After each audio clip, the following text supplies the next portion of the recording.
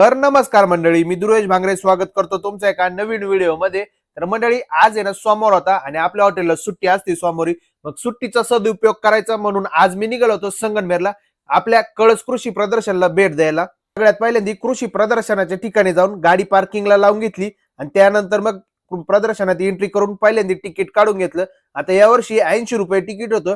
सगळ्यात पहिलं तिकीट काढून घेतलं आणि नंतर प्रदर्शनात एंट्री केली। प्रदर्शनात एंट्री करताच पहिल्याच डोम मध्ये आपल्या मित्रांनी अर्जुन पशु आहार या नावाने दुकान टाकलेलं होतं।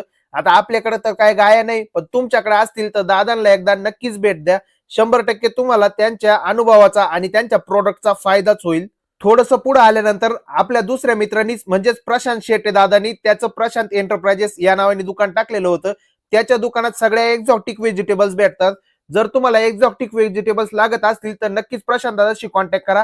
100% तुम्हाला सगळ्या एक्झॉटिक व्हेजिटेबल्स कमी भावात भेटणार आहे आणि एकदम चांगल्या प्रतीच्या एक्झॉटिक व्हेजिटेबल्स तुम्हाला तिथे मिळणार आहेत। त्यानंतर प्रदर्शनात फिरत फिरत आपण लाईव्ह डेमोच्या स्पॉटला पोहोचलो। तिथं आपल्या शेतकऱ्याची आणबाण शान म्हणजेच आपली बैलगाडी मस्त सजवलेली होती आणि तिथं शेतकऱ्यांसाठी मस्त कंपनीवाल्याने लाईव्ह डेमो अरेंज केलेले होते। त्यानंतर आपल्या आशिष सरांच्या दुकानावरती आलो। त्यांचे आवळा कॅन्डीचं स्वतःचं मॅन्युफॅक्चरिंग आहे आणि त्यांचं होलसेल दुकान पण आहे। सरांनी मस्त आपल्याला आवळा ज्यूस पाजला, एकदम थंडगार आवळा ज्यूस पाजला। त्यानंतर आपण गेलो आपल्या स्वतःच्या गावच्या आपल्या सह्याद्री गुळ कंपनीच्या त्यांच्या दुकानावरती। त्यांचा स्वतःचं गुराळ आहे, ऑर्गॅनिक गुळ ते स्वतः तयार करतात। एकदा त्यांच्याही दुकानाला नक्कीच भेट द्या।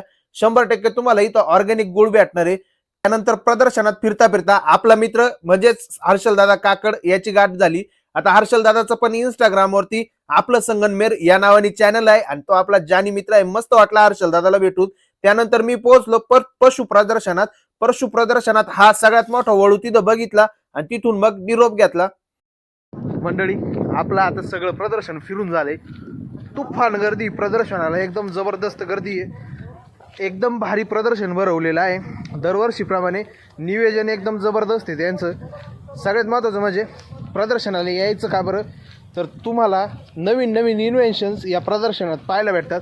शेतीविषयी किंवा कृषीविषयी जे काही नवीन नवीन टेक्नॉलॉजी येते ती सगळी टेक्नॉलॉजी आपल्याला या प्रदर्शनामध्ये त्याची सगळी डिटेल माहिती भेटते। धन्यवाद।